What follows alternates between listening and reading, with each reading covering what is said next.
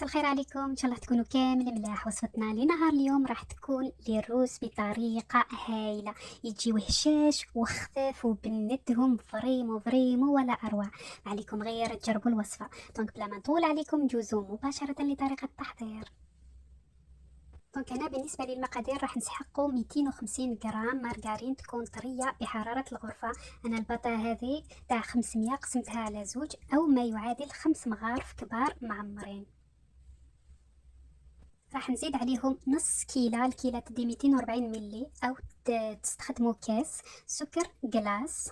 راح نجوزه في صفاية وراح نخلط الكل جيدا حتى نحصل على قوام كريمي ونتأكد باللي السكر ذاب بالكامل. من بعد راح نزيد مغرف صغيرة معمرة فانيلا، بيضة كاملة وزوج صفار بيض، ونخلط مليح وندخل البيض مليح حتى نتحصل على قوام كريمي أيضا. وراح نزيد نص كيلة كاوكاو محمص ومرحي رقيق وندخله أيضا في الخليط مليح هكذا بأصابع اليد، يعني باش يطلق كامل البنة ديالو. من بعد راح نزيد مغرفة كبيرة كاكاو وكيس خميرة كيميائية، وراح نبدأ نلم بالفارينة. راح ندير الكاس الأول، راح نحاول نقيس لكم الفارينة بصح راح تلموا بالفارينة حتى تتحصلوا على عجينة تكون طرية، ما تكونش متلاصقه بصح تكون طريه مليح مليح، ما لازمش نشفوا العجينه. دونك هنا راني نزيد في الكاس الثاني وزدت الكاس الثالث بصح ما كملتوش. شوفوا القوام اللي تحصلت عليه، وحاولي شحال تبقى لي من الكاس الثالث، بقى لي حوالي ربع الكاس. نغطي العجينه ديالي مليح باش ما يدخلهاش الريح ونخليها تريح حوالي ربع ساعه الى نص ساعه في الثلاجه. هنا بعد ما ريحت العجينه مليح نبدا نحلها. راح نقطعها إلى قسمين، نغطي القسم الثاني مليح مليح ونبدأ نحل في القسم الأول.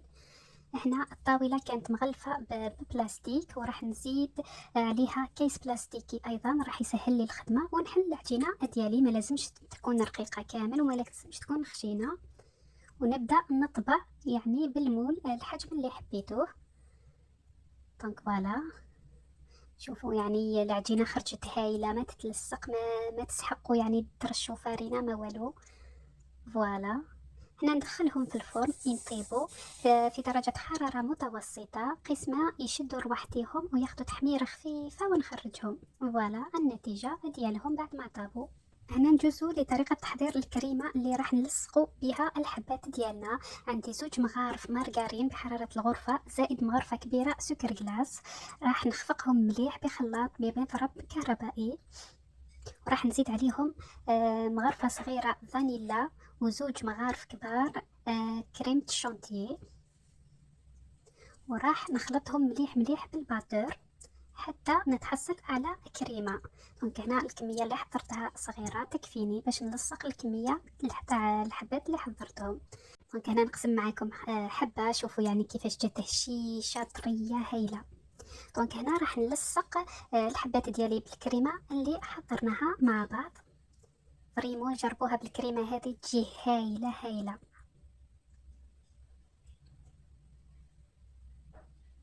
ونمسح الأطراف بهذه الطريقة ونكمل مع باقي الحبات بنفس الطريقة.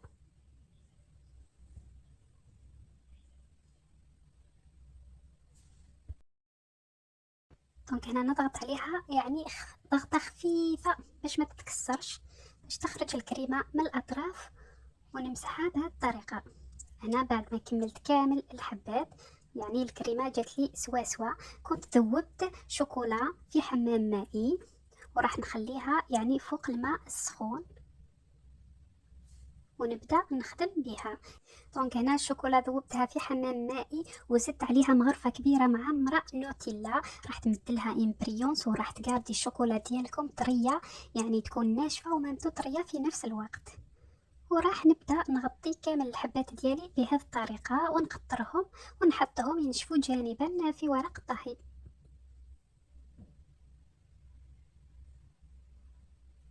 دونك هنا بعد ما نشفوا الحبات الشوكولا المتبقية راح نحطها في كيس حلواني هكذا، ونبدا ندير خطوط رقيقه نزين بهم، يعني خطوط عشوائيه.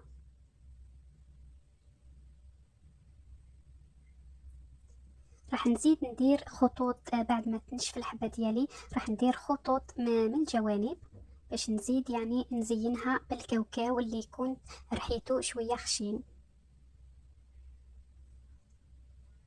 هنا حاولوا تشدوا الحبه ديالكم فقط من الاطراف باش ما تفسدوش يعني الوجه ديالها تاع الشوكولا، وما تخليوش يعني دي تراس تاع الاصابع من الفوق. كيما تقدروا تشدوها هكذا في يديكم وتلصقوا لها الكاوكاو من الجوانب.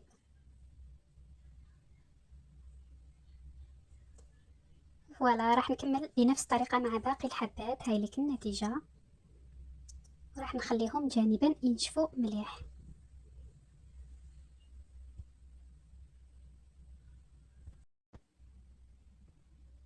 دونك فوالا النتيجه النهائيه للروز ديالنا.